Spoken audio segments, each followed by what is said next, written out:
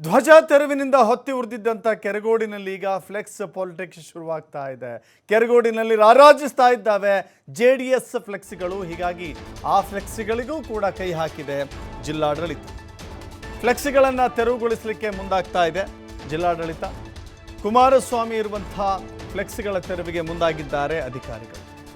Flex ತೆರವು ವಿಚಾರಕ್ಕೆ ಸಂಬಂಧಪಟ್ಟಂತೆ ಗ್ರಾಮ ಪಂಚಾಯತ್ ಅಧಿಕಾರಿಗಳಿಗೆ ಸೂಚನೆ ನೀಡಲಾಗಿದೆ.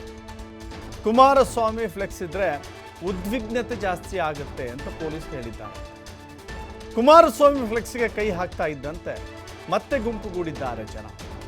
ಫ್ಲೆಕ್ಸ್ ತೆರವಿಗೆ ಬಂದಂಥ ಕಾರ್ಯದರ್ಶಿ ರತ್ನಮ್ಮ ಅವರಿಗೆ ಜನ ತರಾಟೆಗೆ ತೆಗೆದುಕೊಂಡಿದ್ದಾರೆ. ಫ್ಲೆಕ್ಸ್ಗೆ ಕೈ ಹಾಕಿದ್ರೆ ಹುಷಾರ್ ಅಂತ ಹೇಳಿ ಗ್ರಾಮಸ್ಥರೇ ಎಚ್ಚರಿಕೆ ನೀಡಿದ್ದಾರೆ.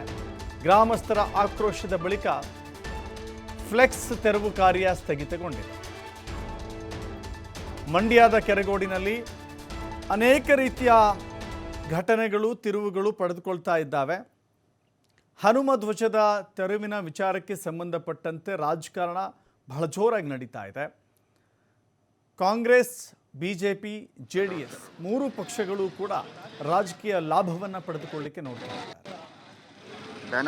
ತೆರವು ಮಾಡುವಂಥ ಸಂದರ್ಭದಲ್ಲಿ ಅಂದರೆ ಪಾದಯಾತ್ರೆ ಮಾಡುವಂಥ ಸಂದರ್ಭದಲ್ಲಿ ಕೆಲ ಕಾರ್ಯಕರ್ತರು ಕೆಲ ಫ್ಲೆಕ್ಸ್ಗಳನ್ನು ಹರಿದು ತೆರವು ಮಾಡಿದರು.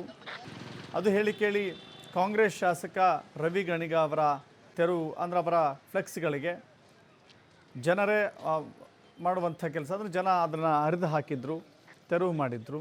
ಇದೀಗ ಜಿಲ್ಲಾಡಳಿತ ಏನು ಮಾಡ್ತಾ ಇದೆ, ಕೆಲವು ಫ್ಲೆಕ್ಸ್ಗಳನ್ನು ತೆರವು ಮಾಡಲಿಕ್ಕೆ ಗ್ರಾಮ ಪಂಚಾಯತಿಗೆ ಸೂಚನೆಯನ್ನು ಕೊಟ್ಟಿದೆ.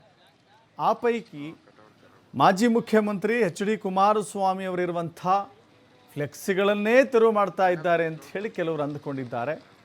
ಫ್ಲೆಕ್ಸ್ ತೆರವು ಮಾಡೋಕ್ಕೆ ಬಂದರೆ ಅಲ್ಲಿರುವಂಥ ಜನ ಗುಂಪುಗೂಡಿದ್ದಾರೆ, ಆಕ್ರೋಶ ವ್ಯಕ್ತಪಡಿಸಿದ್ದಾರೆ. ಮತ್ತೊಂದು ವಿವಾದ ಬೇಡ ಅಂತ ಹೇಳಿ ಅಧಿಕಾರಿಗಳು ಬಂದ ದಾರಿಗೆ ಸುಂಕ ಇಲ್ಲ ಅಂತ ವಾಪಸ್ ಹೋಗಿದ್ದಾರೆ.